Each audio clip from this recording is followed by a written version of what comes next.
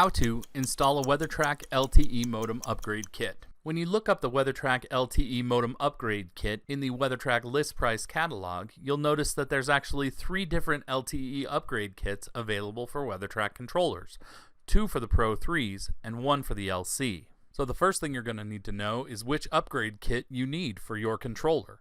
To figure that out, you need to log into WeatherTRAK.net and pull the controller hardware report. To pull the controller hardware report, you'll log into your WeatherTRAK.net account and go to the Reports tab. And once you're at the Reports tab, use the drop-down menu to select the controller hardware report. And then you'll customize this report by identifying which controllers you want to appear in the report. And then you'll hit the Get PDF button, and this will download the PDF of the controller hardware report. Then you just open up that hardware report, and the first thing I do with the controller hardware report is verify that I'm looking at the right serial number and read the description that will tell me what kind of controller I have. If I'm working with a Pro3 controller, the piece of information that I'm looking for in this report is called modem type. If your modem type is this H24 modem, only then will you need to order the special H24 modem. If you don't see this in the report, in any other configuration, you'll go with the standard Pro3 antenna upgrade kit. And if you're working with an LC, you're looking at the access type, and it should read Cat 3G.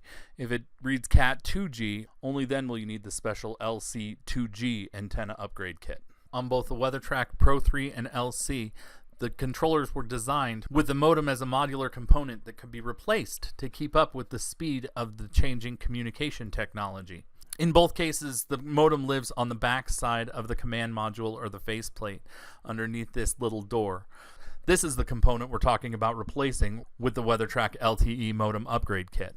And this isn't a project that will require a lot of tools, but you'll definitely need a controller key and a Phillips head screwdriver, and you might need a crescent wrench or 3/8" nut driver, channel locks and a flathead screwdriver. You'll also need some silicone gel, and it's always nice to have cleanup supplies on hand. If you have these things, you should be well equipped for the job. In this training, we'll talk about all of the hardware you get when you buy each individual upgrade kit, as well as the upgrade process, including the hardware installation and what we do after the hardware is installed. The first upgrade kit we want to look at will work on either your Pro3 or your OptiFlow controllers. And for that, you're going to need the 75 LTE upgrade.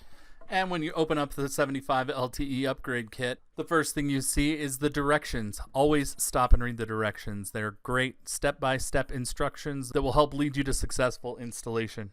Then you see the controller modem that's already mounted to the back plate that will go directly onto the controller. You also see the cloud update key taped onto the front. This will handle the firmware upgrade. Last but not least, you'll find the LTE antenna that goes with the LTE modem. The old antennas aren't compatible with the new modem, so we'll have to replace the antenna on each enclosure.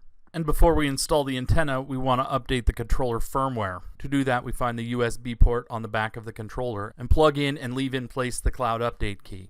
Then go to the Help menu and go up to Help 17, where you'll be able to reset the controller firmware. When you hit reset, this commands the panel to read the new card and update the firmware. Then after the firmware is updated, we want to disconnect the controller panel at the ribbon cable.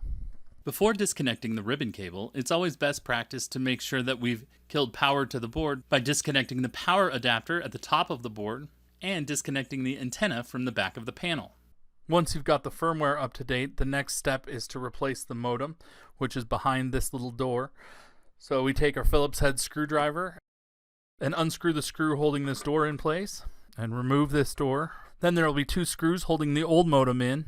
We undo these, and right behind this, here in the lower right corner of the board, it's plugged in on the other side. So we coax, oh so gently, unplug the components that are plugged in together behind the board, and we reveal where the antenna is plugged in as well as the controller SIM card. Then carefully disconnect the antenna wire. Once you've removed the old modem, we want to prepare the controller for the installation of the new one. To do this, we just tuck the antenna wire away as it's no longer needed. Now we're ready to install the new modem in the controller, so we take the new modem. You see where the adapter on the back of the modem plugs into the pins on the controller side. If you line up the holes with the pins, you'll also see that the corner is lined up and the screw hole is lined up. Once you see your alignment is right, press down and plug in the adapter and then screw in all of the screws to hold the modem in place. After the modem is secure, it's time to replace the antenna. This is where the channel locks come in handy. You want to loosen that bolt and remove all of the fittings that are holding the antenna tight. Sometimes you'll need a flathead screwdriver to pop the antenna off and to clean up some of the debris from the old installation. If there's glue or dirt on the surface, you want to clean that off before you install the new antenna. Then we pull out the old antenna, clean up the area, and we're ready to install the new antenna. Before you install the new antenna, you remove the washers that will hold the antenna tight. Then you pull the cord through the hole left by the previous antenna. Then we slide the locking fittings up the wire, pull the wire nut onto the cord, and secure the fittings on the bottom of the antenna, locking it weather tight to the top. This is where some guys will use a little bit of silicone gel under or around the antenna to ensure that it's weatherproof. The trick to knowing how tight is tight enough is to continue to crank on that nut until the antenna is tight enough to not be moved by hand. Another thing to be aware of is that the LTE antenna is a directional antenna, and so you'll see on the directional antenna a very little spot on the top of the antenna, or little dash around the bottom of the rim around the outside. Please make sure that this little dot on top is pointed at the shortest path to open air. So in this example, the antenna is on the left, so I would make sure the antenna is either pointing left or forward, wherever the open space is on your site, making sure to avoid pointing that dot toward the long, flat metal surfaces on the top of the controller enclosure. Then we grab our panel, attach the antenna to the panel, attach the ribbon cable to the panel, and last but not least, attach power to the board, and then reattach the faceplate to the controller, and the installation is complete. The way we check our work is once the controller is powered back up, we'll be able to tell our installation is successful when we see the new modem connect to the internet. So we want to go to the COM menu and then forward arrow 13 times, so we're on COM 13. A screen called GPRS status, where you're looking for the controller to be online. Give the controller a few minutes to connect, but if it doesn't go online, call customer service to have them help you get that controller connected. There is one alternative configuration for the Pro 3, the 75 LTE UPG H24.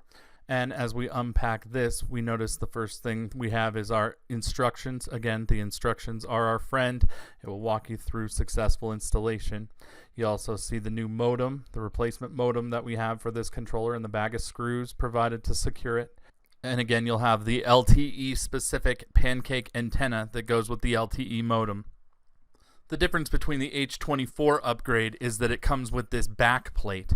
In the very oldest versions of the Pro 3, we had a different clamshell, and the modem was placed differently. So if you have one of the oldest versions of the Pro 3, you're going to need to not only replace the modem, but replace this back plate. The new plate will have the proper cutout for the modem replacement.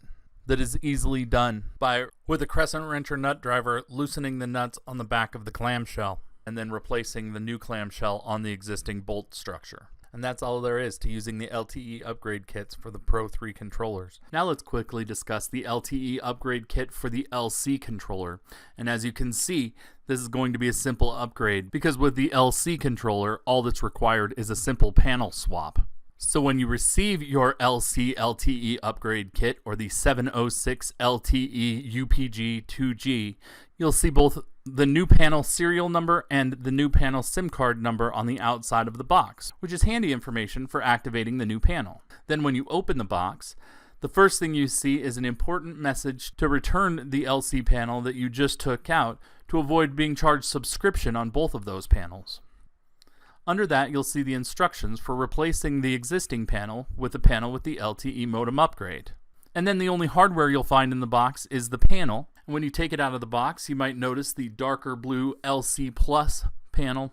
And when you turn it over, you'll see attached to the back of the panel is the ribbon cable, the cloud update key, the new LTE modem, and the new LTE antenna, which I lovingly call the duct tape antenna, attached to the back of the panel. Begin by disconnecting the ribbon cable from the old panel and removing the LC panel from the existing enclosure. Then remove the cloud update key that's taped to the back of the panel and insert it in the USB port. After that, take the ribbon cable that's taped to the back of the panel and first plug that into the ribbon cable port on the controller, and then plug it into the ribbon cable port on the existing LC terminal board. When plugging in the ribbon cable, notice that it's keyed. That is to say that there's a ridge on the cable and a slot on the controller and on the terminal board that ensures that this ribbon cable gets plugged in correctly. So that ribbon cable should plug in very easily, and if you're feeling like you have to force it, make sure that everything is lined up correctly. Then all you have to do is mount the new panel onto the LC enclosure, and the hardware installation of the LTE upgrade kit is complete. And after you've completed installing the hardware for the panel replacement, the last step is to activate the new panel. And when activating the new panel, they'll tie the old panel serial number to the new panel serial number and transfer over all of the controller programming, all of the station settings and background information, including all of the controller history, so you'll still have access to all this controller history in the WeatherTRAK reports. So after you've powered the new panel up, but before the project is complete, you need to call the 800 number, make sure the new panel comes online, and the serial number transfer is underway. That completes this training on how to install a WeatherTRAK LTE upgrade kit, where we covered the hardware involved with all 3 different LTE upgrade kits and how to determine which kit was right for your project, as well as discussing the upgrade process, including the hardware installation of each kit and the details of the important step of controller activation and making sure that that controller is online before you leave the site.